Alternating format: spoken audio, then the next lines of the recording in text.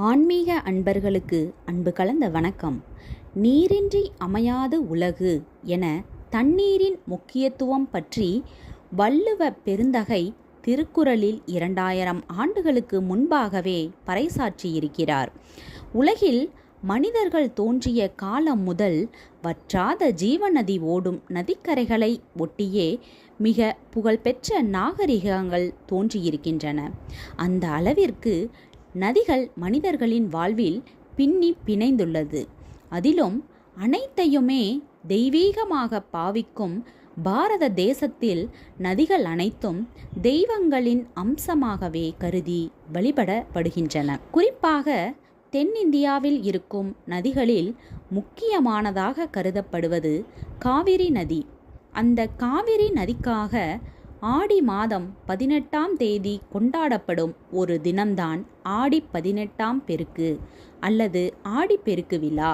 இந்த ஆடிப்பெருக்கு விழா அன்று நாம் செய்ய வேண்டியவை என்ன என்பதையும் அதனால் ஏற்படும் அபரீதமான பலன்கள் என்ன என்பதையும் இங்கே தெரிந்து கொள்ளலாம். மாதம் மும்மாறி மழை பெய்த முற்காலங்களில் ஒவ்வொரு ஆண்டும் தப்பாமல் ஆடி மாதம் 18ஆம் தேதியில் தமிழகத்தில் ஓடுகின்ற முக்கிய நதிகளான காவிரி, பெண்ணை, பொருணை நதிகளில் அளவு கடந்த நீர்ப்பெருக்கு ஏற்பட்டு மனிதர்களுக்கு உணவளிக்கும் உயரி தொழிலான விவசாயத்திற்கு உதவிகரமாக இருப்பதால் காவிரி உட்பட 3 நதிகளுக்கும் நன்றி தெரிவிக்கும் விதத்தில் ஒரு விழாவாக 18ஆம் பெருக்கு விழா தொன்று தொட்டு கொண்டாடப்பட்டு வருகிறது. பொதுவாக ஆடி 18ஆம் பெருக்கு என்றாலே தமிழ்நாட்டில் காவிரி நதி ஓடும் ஊர்களில் வசிக்கும் மக்கள் காவிரி நதிக்கரைக்கு சென்று சித்ரான்னங்களை படைத்து தீப ஆராதனை காட்டி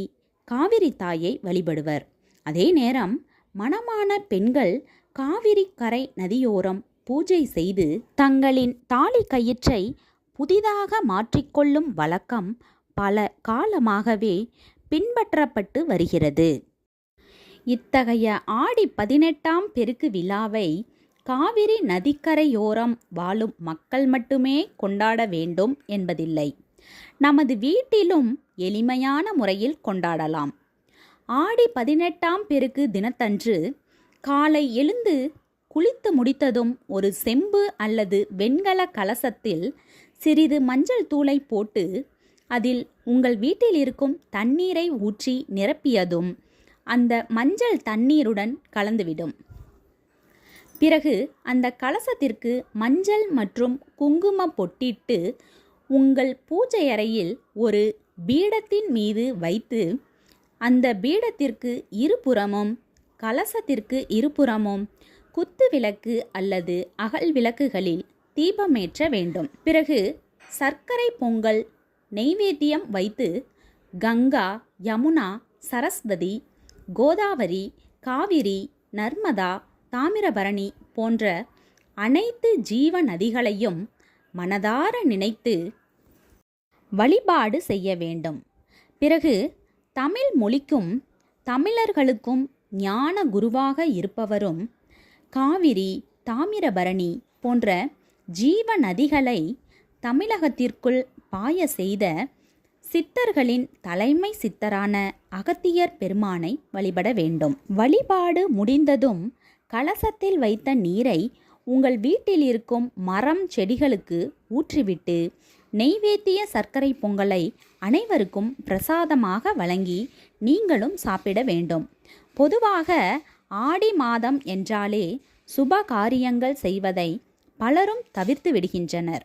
ஆனால் முற்காலத்தில் இந்த தினத்தில்தான் தமிழ் மக்கள் தங்களின் குடும்பத்திற்கு தேவையான பொருட்கள் வாங்குவதை வழக்கமாக கொண்டிருந்தனர். ஆடி மாதத்தில் திருமணம் போன்ற சுப காரியங்கள் செய்யாவிட்டாலும் திருமணத்திற்கான வரன் தேடத் தொடங்குவது போன்ற முயற்சிகளை இந்த தினத்தில் தொடங்கலாம். வியாபாரங்களில் இருப்பவர்கள் புதிய கணக்கை எழுத ஆரம்பிக்கலாம். புதிய நிலம் வாங்குதல், பத்திரப்பதிவு செய்தல் போன்றவற்றை இந்த தினங்களில் மேற்கொள்ளலாம். இல்லறவாசிகள் தங்கள் வீட்டிற்கு தேவையான அத்தியாவசிய பொருட்களை இந்த தினத்தில் வாங்கலாம். ஆடி 18ஆம் பெருக்கு தினத்தன்று சுப காரியங்கள் செயல்களில் ஈடுபட்டால் அவை பன்மடங்கு பெருகி நற்பலன்களை தரும் என்பது ஐதீகம். இந்த தினத்தில் எந்த புதிய விடயங்களை செய்வதாக இருந்தாலும் உங்கள் குலதெய்வத்தை வணங்கிவிட்டு பிறகு அந்த செயல்களில் ஈடுபடுவது நன்மை பயக்கும். நன்றி, வணக்கம். மீண்டும் வேறொரு நல்ல பதிவு மூலமாக சந்திக்கலாம்.